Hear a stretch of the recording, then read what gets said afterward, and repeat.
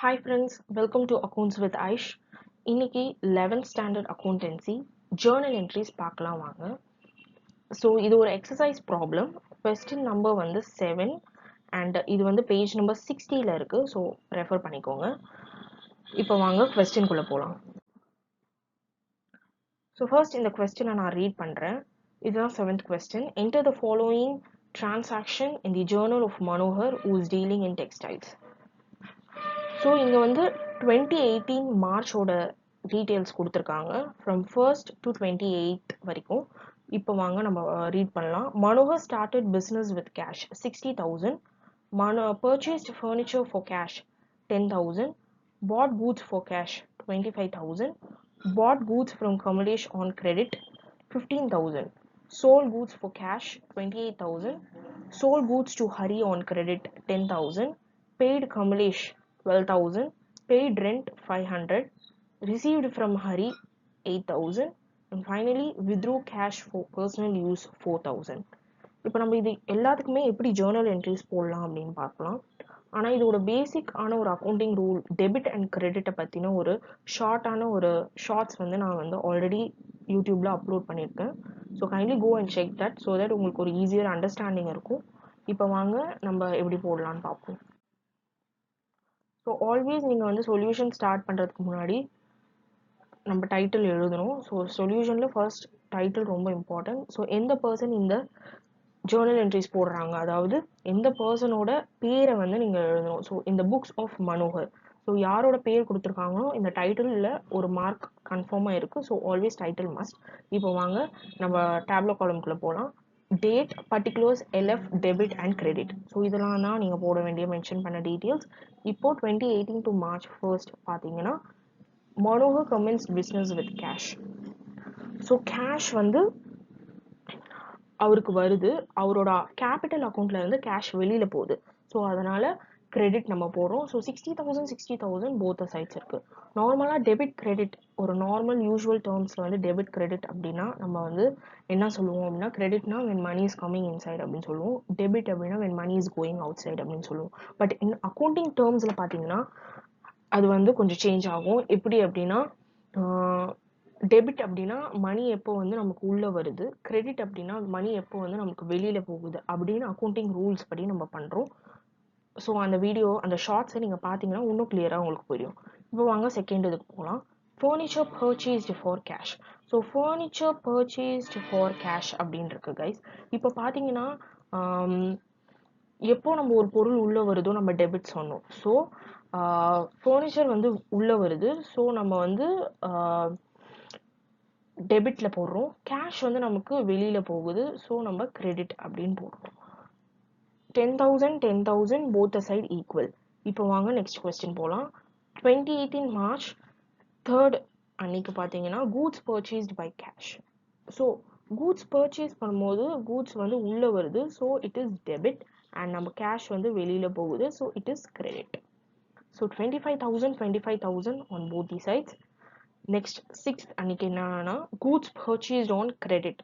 So Kamlesh கிட்ட இருந்து goods வந்து கிரெடிட்ல பர்ச்சேஸ் பண்றோம். ஸோ அப்போ வந்து கூட்ஸ் பர்ச்சேஸ் பண்ணனாலே கூட்ஸ் வந்து உள்ள வருது நமக்கு. ஸோ அது வந்து உள்ள வருது அண்ட் நம்ம காசு வந்து வெளியில போகுது. ஆனா இங்க வந்து ஒரு விஷயம் நம்ம பார்க்க வேண்டியது என்னன்னா கிரெடிட்ல போகுது. ஸோ அப்போ நம்ம காசு ஒன்றும் பே பண்ணலை. ஸோ அப்போ கமலேஷ் அக்கௌண்ட்டுக்கு வந்து நம்ம பே பண்ணணும். அதனால தான் நம்ம கமலேஷ் அக்கௌண்ட் அப்படின்னு போட்டிருக்கோம். இதே நம்ம கேஷாக பே பண்ணிட்டோம் அப்படின்னா purchase account debtor to cash account. So அது மாதிரி நம்ம போடுவோம். பட் இங்கே கிரெடிட் அப்படின்னால தான் நம்ம என்ன பண்ணுறோம் அப்படின்னா கமலேஷ் அக்கௌண்ட் அப்படின்னு போட்டிருக்கோம். So 15,000 on both the sides. இப்போ வாங்க நம்ம 8th அன்னைக்கு என்னன்னு பார்ப்போம். Cash sales made. So cash sales அப்படின்னா நம்ம சேல்ஸ் நடக்கும்போது சேல்ஸ் வந்து வெளியில போகுது. தட் இஸ் நம்ம கூட்ஸ் அது வந்து எதுவானா இருக்கணும். சேல்ஸ் வந்து வெளியில போகுது, கேஷ் வந்து உள்ள வருது, so it is debit. So cash உள்ள வருது டெபிட் அண்ட் சேல்ஸ் நடக்கும்போது வெளியில போகுது, so it is credit. So 28,000 on both the sides. இப்போ பார்த்தீங்கன்னா நரேஷன் அப்படின்றது ரொம்ப இம்பார்ட்டண்ட். ஸோ எப்படி நான் வந்து டைட்டிலுக்கு 1 மார்க் சொன்னனும், நரேஷன் அகெயின் 1 மார்க் எடுக்கும். ஸோ நரேஷன் ஃபுல்லாக எழுதியிருக்கீங்களான்னு மறக்காம செக் பண்ணிக்கோங்க பிஃபோர் நீங்கள் வந்து போடுறதுக்கு முன்னாடி. So narration is important. Okay. இப்போ நம்ம நெக்ஸ்ட்டு இருக்கிற ஜேர்னல்ஸ்க்குலாம் போவோம். இப்போ நம்ம வந்து நெக்ஸ்ட் on 2018 March 10th அப்போ credit sales made to Hari. இது வரைக்கும் நம்ம வந்து கிரெடிட் பர்ச்சேசஸ் தான் நம்ம பார்த்துருந்தோம். இப்போ நம்ம வந்து சேல்ஸ் பார்க்குறோம். சேல்ஸில் பார்த்தீங்கன்னா நீங்கள் வந்து credit sales made to Hari, இதே வந்து கேஷ் சேல்ஸாக இருந்துச்சுன்னா it will be cash account debtor to sales account.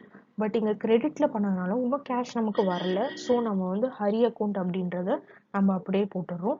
So sales நடக்கும்போது வெளியில் போகுது, உள்ளே வந்து நம்மளுக்கு கேஷ் வருது. பட் கேஷ் வந்து இன்னும் பே பண்ணாதனால நம்ம பேரோட அக்கௌண்ட்டை போடுறோம். That is Hari account debtor to sales account 10,000 10,000 on both the sides. இப்போ நெக்ஸ்ட் பார்த்தீங்கன்னா cash payment made to Kamlesh. Pay பண்ணியிருக்கோம் கேஷ். ஸோ பே பண்ணியிருக்கோம் அப்படின்னா கேஷ் வெளியில் போகுது, அப்போது அது கிரெடிட், கமலேஷ்க்கு கேஷ் உள்ளே வருது, ஸோ அது debit. So Kamlesh account debtor to cash account 12,000 12,000. Next paid rent. Rent pay பண்ணியிருக்கோம் அப்படின்னா ரெண்ட் கேஷ் வெளியில் போகுது, ரெண்ட் அமௌண்ட் வந்து அவங்களுக்கு உள்ளே வந்திருக்கு. So rent account டெப்டார் to cash account 500 500 on both the sides.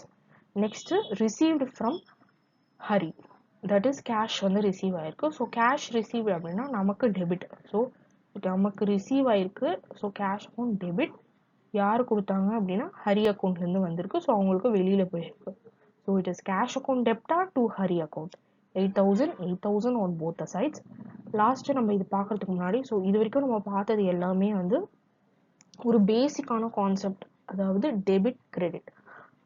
So இதில் வந்து அகெயின் நம்ம வந்து பர்சனல் யூஸ்க்காக நம்ம பார்க்குறோம். ஸோ ஆஃபீஸ் யூஸ் எப்படி போடுறதுன்னு அடுத்த இதில் சொல்கிறேன், அடுத்த வீடியோவில்.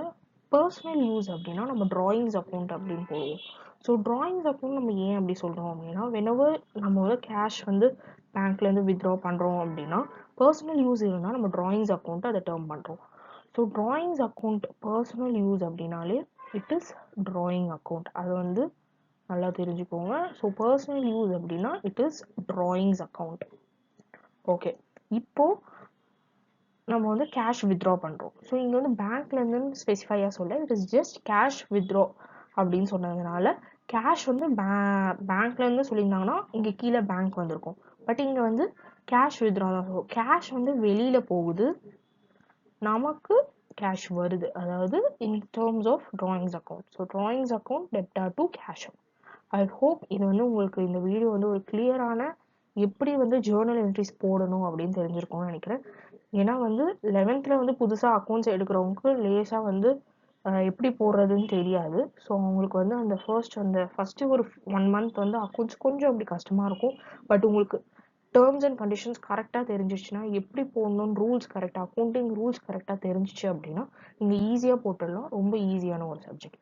ஸோ இப்போ வந்து இந்த வீடியோவில் வந்து ஒரு பேசிக்கான கான்செப்ட் தான் நான் சொல்லி தந்திருக்கேன்.